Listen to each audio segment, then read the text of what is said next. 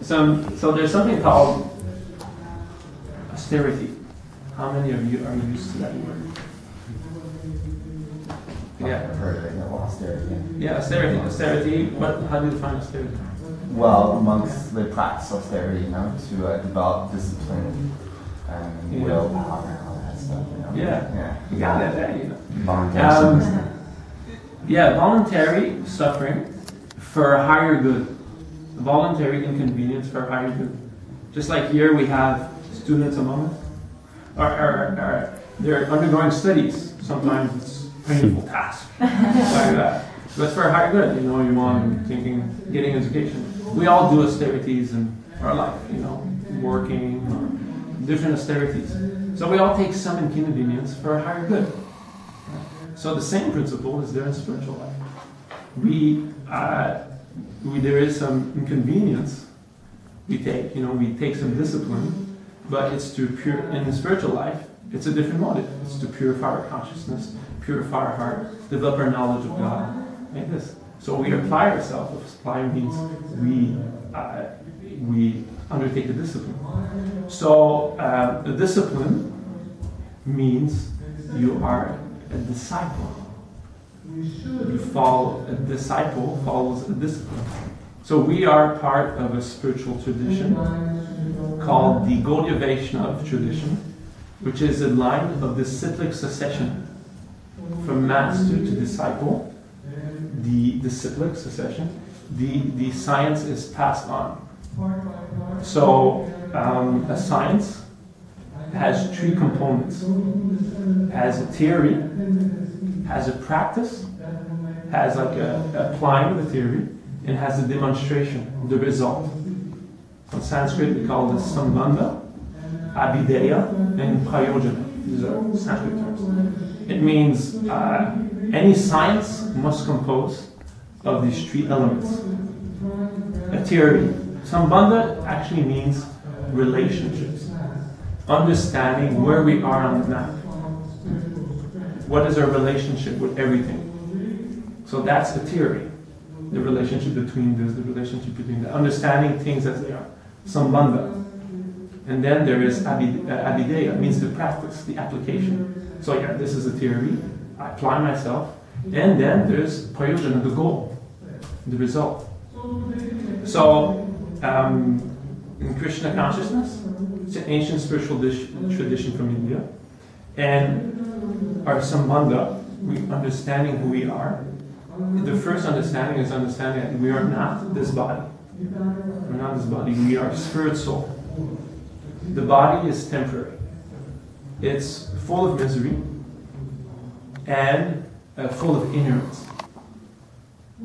It's full of misery. Yes, we think we can get pleasure from the body, but actually the body can give us more pain than pleasure. Think about your little toe. How much pleasure can you get from your toe? How much pain can you get from your toe?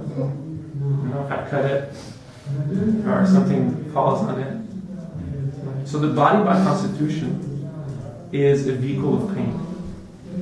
But this is not our true nature. We want to live eternally, full of pleasure, and also full of knowledge. But we are trapped into these bodies. Because the spirit soul, his real nature, is to be free, is to be full of knowledge, to be eternal, but entrapped in the material body. So this is who we are. We are the consciousness within the body that makes the body move. But we are now entrapped in the body. So a simple example of the consciousness. What's the difference between a living body and a dead body? Lack of consciousness. Excuse me? Lack of Yes, lack of consciousness. But can we put consciousness back into the body? Who's we? Excuse me? The scientists. Probably not. No. Or anybody. Anybody. We don't have that power. Because we do not create life. We are created by God, who's the original consciousness. When our time within the body is finished, we pass on to the next body. That's all controlled by superior forces, by God. So this point is that, coming back on this point, that consciousness is not created from matter. It's beyond matter. Life does not come from matter. Life comes from life. So there's you're studying anthropology? Yeah. So anthropology is understanding the human being. That's what anthropology is. Human culture, human being. Krishna, this is for newcomers.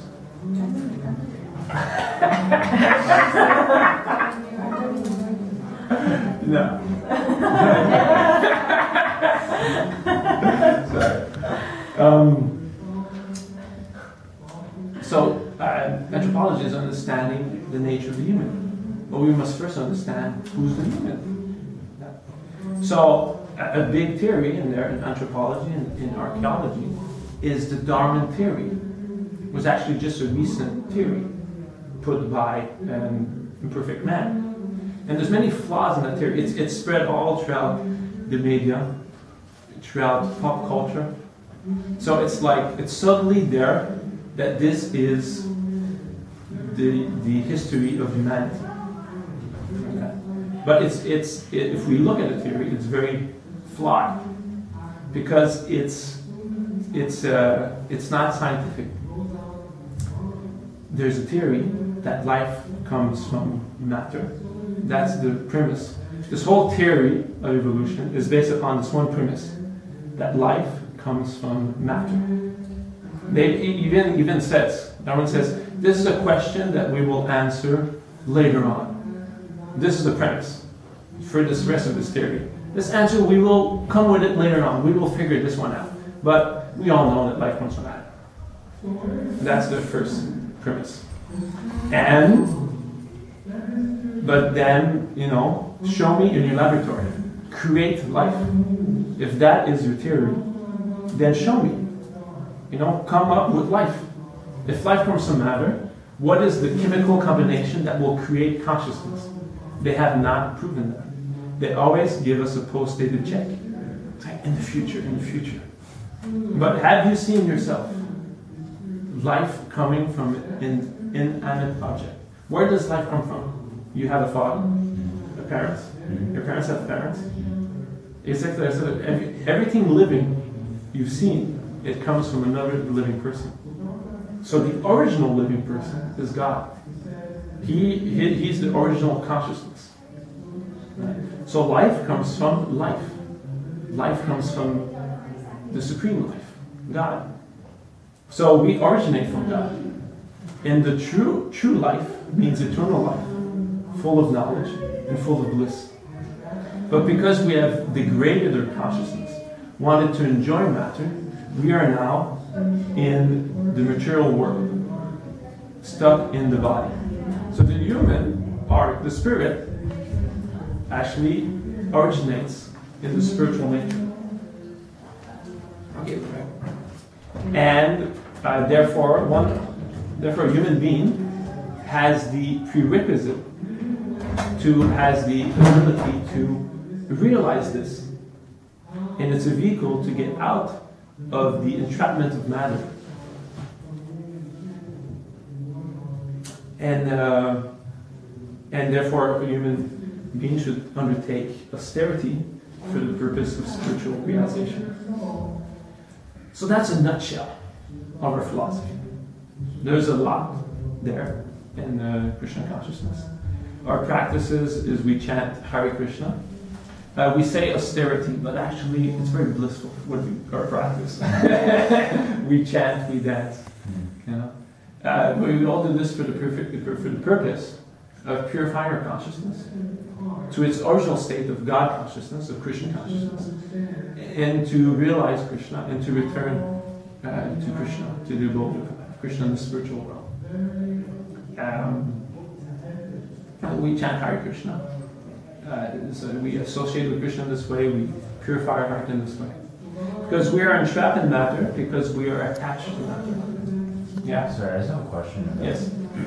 Ask question anytime.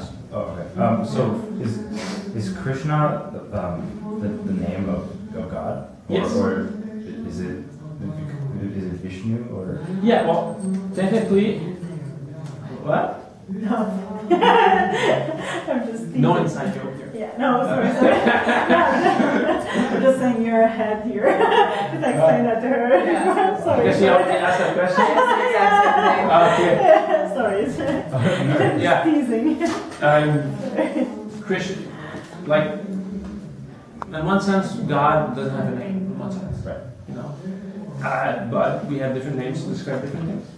You know? Vishnu describes something, Krishna describes something. We use Krishna because it's the most descriptive. Krishna means all attractive. We are attracted to somebody who has knowledge, who has fame.